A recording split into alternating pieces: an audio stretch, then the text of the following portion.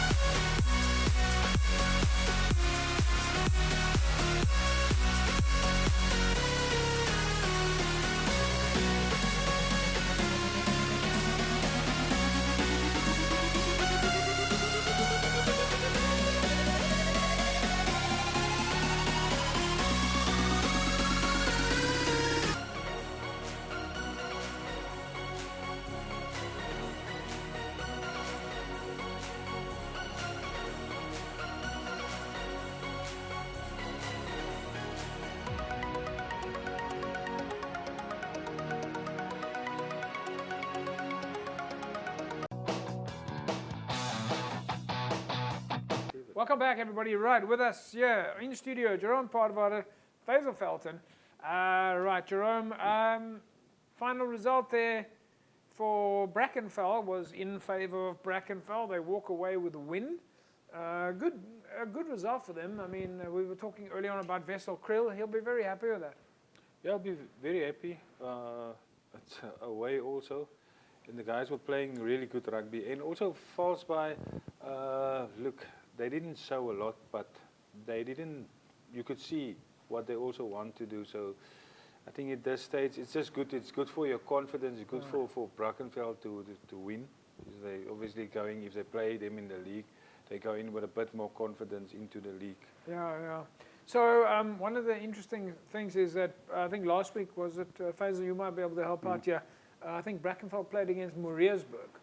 I'm not sure now. But the games like that are outside of the normal league, how much experience do you think the guys draw from that? Because now you're playing someone that is slightly different. It's a different format altogether, maybe. No, I think it's a nice opportunity for them, just to engage different style of play, different opposition. I think, you don't know what to expect. I think, like Jerome says, it's sort of a little bit predictable in a way, in the sense of your opposition, who you're playing. But playing against, the teams from Boland, it's always unpredictable. Yeah. Jerome, do you think that helps? I mean, we see guys playing teams from Boland. Sometimes they go on longer trips. They go, up to Eden, or they go up to sometimes even overseas on some sort of weird trip. And I think, like Faisal said, you get to play against things that are not so predictable.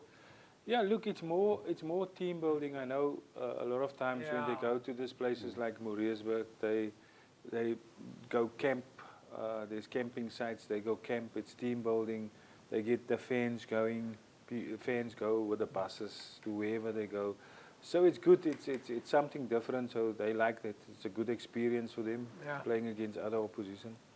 Faisal, we were talking earlier on about Easter weekend. So that's another time. Yeah. The Easter weekend is traditionally an opportunity to experience festivals, as an example. Yep. We know that at the Easter weekend time that's also a good time for you to finish your social activities, because the league's about to get going. No, definitely. I think you still got those traditions, and with some of the clubs, especially in the in the communities, the townships, and that. Yeah. So they do a lot of travelling. That's like Jerome says. I think it's a nice opportunity for them to get away, to play in those tournaments, to measure themselves before the season starts. So, not many games, but I think those that are happening. I think there's like a women's tournament also taking place the weekend and that there. So there's one or two. It's good. Do the guys, when they organise these type of Easter events, if they're in Western Province, do they have to come to you also to make sure they've got referees and get your event, the event signed off by you? No, definitely. Any game taking place in Western Province has to be signed off, have to get permission.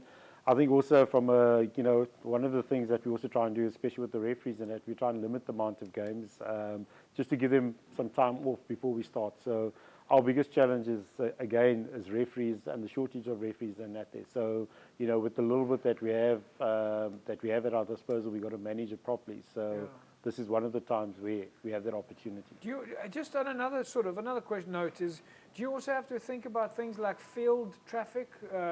Is the Easter weekend a time where fields get to rest a little bit? That's one of the challenges that many of the clubs are facing, especially with the municipality. So you must understand that most of the fields is used by, winter sport is rugby and then cricket. So cricket basically takes place until the end of March. So you've got limited traffic, but I think it also, if you've got rugby happening and cricket happening, when do you actually maintain the field? So during cricket period is more or less when the guys are looking after the field. So I think with the clubs, there's good communication with the city in terms of how to manage it. And I think many of the clubs are understanding. So that's a good thing. Sure. So many things that we don't think about behind the scenes. We just play the game and watch the game, but behind the scenes, obviously, lots of different considerations. We'll take a break. When we come back, we're going to take a look at the under-16 women's side that's busy practicing at City Park. Back in a sec.